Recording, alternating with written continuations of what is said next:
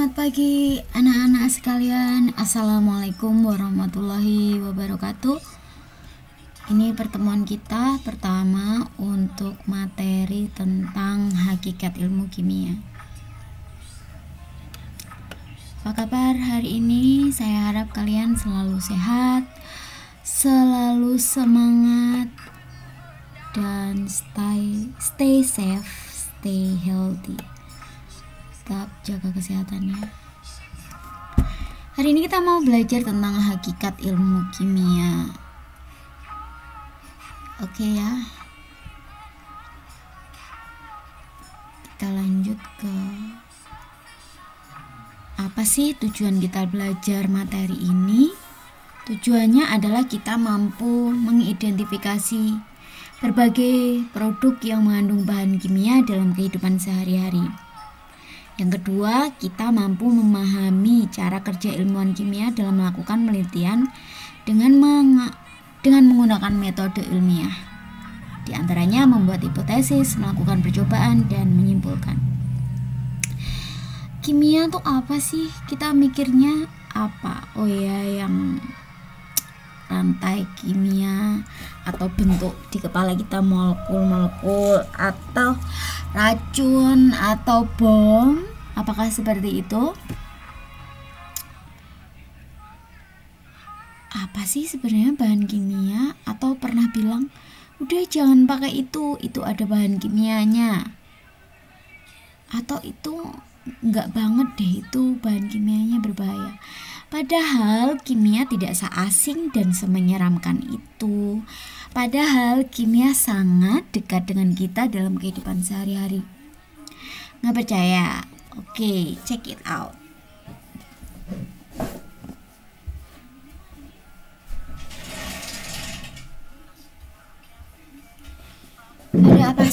Ada apa aja sih? Ini ada parfum, ada bahan makanan, ada sampo, ada pembersih lantai, terus kemudian ada sabun, ada obat-obatan, ada pupuk. Ternyata semuanya juga menggunakan bahan kimia loh. Jadi karbohidrat itu juga bahan kimia, H2O itu juga bahan kimia. H2O apa? H2O adalah air. Berarti kimia nggak melulu soal bahan yang berbahaya kan ya. Oke, setelah melihat gambar di atas, kalian silahkan identifikasi bahan apa saja yang ada pada produk di atas. Tulis pada catatan kalian ya. Bahan kimia yang ada pada parfum, bahan kimia yang pada sampo, bahan kimia pada obat-obatan, bahan kimia pada makanan, bahan kimia pada produk pembersih, dan bahan kimia pada produk pertanian. Silahkan kalian boleh menulis di foto aja. Misalnya kalian punya parfum di rumah, foto ingredients-nya atau komposisinya, kemudian tulis bahan kimianya di sebelahnya, seperti itu ya. Oke, kita lanjut ke slide berikutnya. Nah, nanti ilmu kimia itu berhubungan dengan ilmu yang lain loh, bisa fisika, biologi, pertanian, kedokteran. Dalam sejarah juga menggunakan ilmu kimia, ekonomi, hukum, dan sebagainya. Oke, kita lanjut ke metode ilmiah lebih dulu ya. Apa sih metode ilmiah? Metode ilmiah itu cara ilmiah yang digunakan untuk menjawab permasalahan yang ada. Apa saja langkah-langkah metode ilmiah? Yang pertama, kita harus merumuskan masalah dulu. Merumuskan masalah adalah menyatakan masalah atau hal-hal yang mengandung pertanyaan yang perlu diselidiki dan untuk dicari jawabannya. Nah, kira-kira apa nih? Kalau sekarang di masa pandemi ini berarti apa ya masalahnya? Nah, masalahnya itu dirumuskan dalam bentuk pertanyaan. Misalnya, berapa jarak aman berapa jarak aman supaya virus COVID tidak tertular, seperti itu. 1 meter. Nah, itu kita bikin rumusan masalah dulu. Kemudian kita melakukan observasi, yaitu mengumpulkan atau kegiatan-kegiatan untuk mengumpulkan, mencari dan menemukan fakta yang berhubungan dengan masalahnya. Jadi kita cari, kita lakukan kegiatan, kita lihat observasi ini yang misalnya jarak 1 meter dengan jarak setengah meter, atau yang jarak dekat bagaimana. Kemudian baru kita menyusun hipotesis atau jawaban sementara terhadap pertanyaan yang akan dibuktikan kebenarannya. Jadi hipotesisnya apa? Tadi kan rumusan masalahnya berapa jarak, maka hipotesisnya adalah jarak aman supaya tidak tertular virus corona adalah 1 meter. Nah, yang kita buktikan pada saat eksperimennya adalah ya hipotesisnya itu tadi, benarkah jarak 1 meter itu virus corona tidak menular? Nah, maka kita melakukan prosedur kegiatan untuk memperoleh informasi nyata guna menguji hipotesisnya.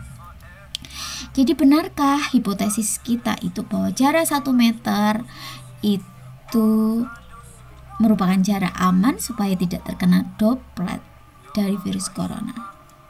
Setelah kita melakukan eksperimen, maka kita menarik kesimpulan yang menunjukkan bahwa hipotesis kita terbukti atau tidak terbukti.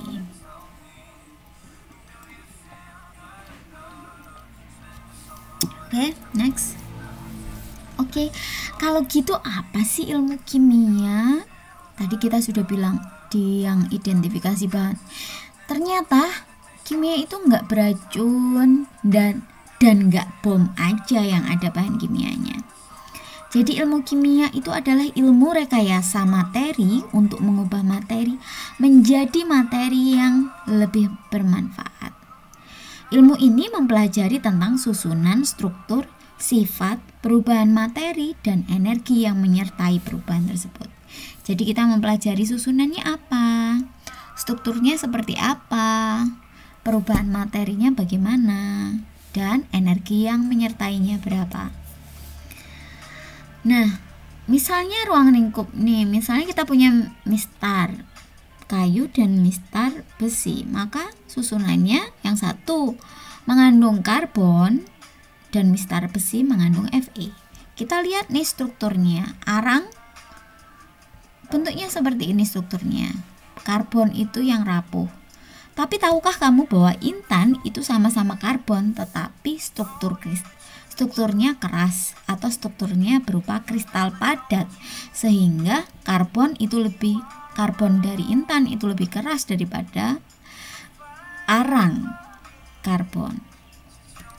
Perubahan materi dan energinya. Jadi perubahan materi satu menjadi materi yang lain. Contoh ketika kita bakar kayu, oke, berarti itu akan ada perubahan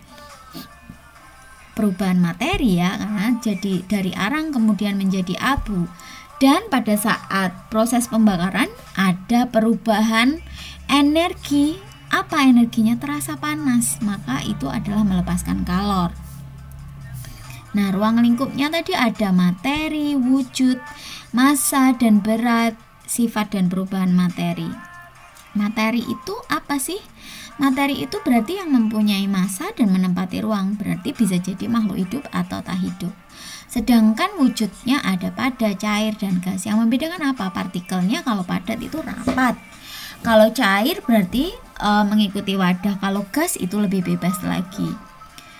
Kemudian materi mempunyai massa dan berat. Apa sih? Massa itu selalu berubah. Jadi kalau kita massanya 50 kilo berarti di bumi 50 kilo dan di bulan juga 50 kilo. Tetapi bisa jadi kalau kita beratnya 50 kilo di bumi dengan berat di bulan itu beda, karena ada apa? Ada gaya gravitasi. Kemudian sifat dan perubahan materi, ada perubahan fisika dan ada perubahan kimia. Apa sih yang membedakan antara perubahan fisika dan perubahan kimia? Kalau perubahan fisika itu hanya berubah fisiknya aja. Jadi misalnya air, ketika kita panaskan menjadi uap. Materinya tetap apa? Materinya tetap H2O. Tetapi hanya berubah wujud saja. Sedangkan kalau perubahan kimia, materinya juga berubah, sifatnya juga berubah. Buktinya ketika kita bakar kayu, apakah sama kayu ketika sebelum dibakar dan sesudah dibakar? Nah, seperti itu. Jadi perubahan kimia itu perubahan yang tidak dapat kembali ke bentuk asalnya. Contoh, kalau kita punya beras dimasak jadi nasi, itu perubahan kimia atau perubahan fisika? Perubahan kimia, karena nasi tidak bisa lagi menjadi beras, seperti itu ya. Nah, ini tadi berhubungan dengan ilmu yang lain. Materi yang berikutnya kita akan belajar tentang keselamatan dan keamanan kerja di laboratorium. Nah, tadi berhubungan dengan metode ilmiah. Ketika kita sebagai saintis, laboratorium merupakan ruangan khusus yang digunakan untuk mempelajari fakta-fakta empiris melalui percobaan. Jadi kita membuktikannya melalui apa? Melalui percobaan. Nah, dalam kegiatan percobaan digunakan alat-alat yang memerlukan penanganan khusus dan bahan-bahan kimia yang umumnya berbahaya dan beracun. Nah, pengetahuan mengenai laboratorium kimia dan tata tertib laboratorium itu sangat penting. Jadi kalau kita di laboratorium itu bahan apa saja sih yang kita pegang, bahan apa saja yang kita buat, apakah sifatnya korosif atau meledak, kita harus tahu bahan-bahannya sebelum kita terjun ke lapangan. Nah, keselamatan kerja di laboratorium, kita yang pertama ya harus pakai jas lab. Ya, jas lab itu tujuannya kalau misalnya terpercik cairan, maka kita aman gitu, nggak langsung kena ke kulit. Terus ada menggunakan kacamata untuk di lab bisa. Terus kemudian menggunakan sarung tangan seperti itu. Terus yang kedua, bekerja di laboratorium dapat memicu bahaya sehingga memerlukan tindakan pencegahan terhadap keselamatan yang tepat. Agar tetap aman, mari kita lihat panduannya. Yang pertama, jangan melakukan eksperimen tanpa pengawasan instruktur. Jadi harus ada yang tahu dan yang paham nih. Kemudian ada kalapnya, bukan kalap ya, tapi kelap. Ketua laboratorium atau kepala laboratorium yang memberikan pengawasan dan izin. Kemudian menjaga ruang kerja tetap steril, jadi kita nggak boleh bawa tas, bawa jaket ke lab, jadi tasnya ditaruh di luar, ditaruh di lemari. Atau buku itu nggak boleh, paling bawa kertas secukupnya. Terus tahu tempat peralatan darurat, jadi misalnya tombol untuk kebakaran, terus kemudian tabung gas untuk kebakaran. Tidak membawa makanan dan minuman ke lab, yang pasti ya, karena kan banyak bahan kimia beracun. Kemudian mengidentifikasi material berbahaya sebelum memulai pekerjaan. Jadi kalau di lab itu ada kita namanya cari MSDS atau material safety data sheet. Jadi kita harus tahu materialnya itu punya safety apa. Jadi hati-hati saat terus kemudian karena banyak peralatan gelas harus hati-hati menangani peralatan gelasnya. Yang berikutnya adalah memperhatikan kondisi lab. Jangan pernah meninggalkan pembakar bunsen dan peralatan pemanas lain dalam kondisi ditinggal bentar ke kamar mandi sebentar, terus kita nggak matiin bunsennya. Jadi sebenarnya kalau di lab itu bisa berjam-jam. Waktu kimia organik atau anorganik itu bisa jadi dari pagi sampai malam kita itu bekerja di lab seperti itu, karena kita mau melihat hasil praktikum kita. Terus pastikan semua peralatan dalam kondisi mati dan bersih sebelum. Jadi kalau sesudah harus kembali seperti semula, karena nanti kalau dibiarkan akan kotor ya, terus nanti akan meninggalkan bekas di alat-alatnya. Nah, gunakan peralatan pelindungan, ada kacamata, terus yang rambutnya panjang diikat, menggunakan sarung tangan, menggunakan alas kaki, dan alat pelindung lainnya. Oke. Nah, ini ada simbol bahan kimia di laboratorium yang harus kamu tahu. Jadi kalau simbolnya seperti ini berarti bahannya itu mudah meledak. Kalau mudah meledak berarti jangan dekat sama api, ya, atau dia itu reaktif dengan bahan kimia apa. Yang kemudian mudah teroksidasi, jadi mudah berkarat seperti itu bisa jadi ya. Mudah terbakar. Terus kalau ada flammable ya, ini flammable, jadi sangat mudah terbakar. Jadi kalau dekat dengan panas sedikit bisa jadi kita langsung terbakar. Tapi jangan takut, asal kita mengikuti prosedur untuk bekerja di lab, insya Allah aman ya. Paling Bu Ayu pada waktu dulu itu pakai celana jeans karena memegang waktu itu netes, bahan yang bersifat korosifnya itu netes ke celana jeansnya itu sampai bolong, sampai celana jeansnya itu merepeli gitu ya. Kemudian jangan lupa ada gambar tengkorak, ini berarti toksik atau beracun. Ini kalau ada toksik T+ seperti ini berarti sangat beracun. Kemudian tanda pink gini besar itu bahaya iritasi. Jadi kalau misalnya terkena langsung siram dengan air mengalir. Terus bersifat korosif ini tadi, jadi mudah tahu-tahu kalau netes itu langsung rusak seratnya, berbahaya bagi lingkungan. Oke, lanjut ke alat-alat laboratorium. Jadi ada tabung reaksi. Ini dipakai kalau misalnya kita mereaksikan zat dalam jumlah kecil. Gelas beker ini mereaksikan dalam jumlah besar.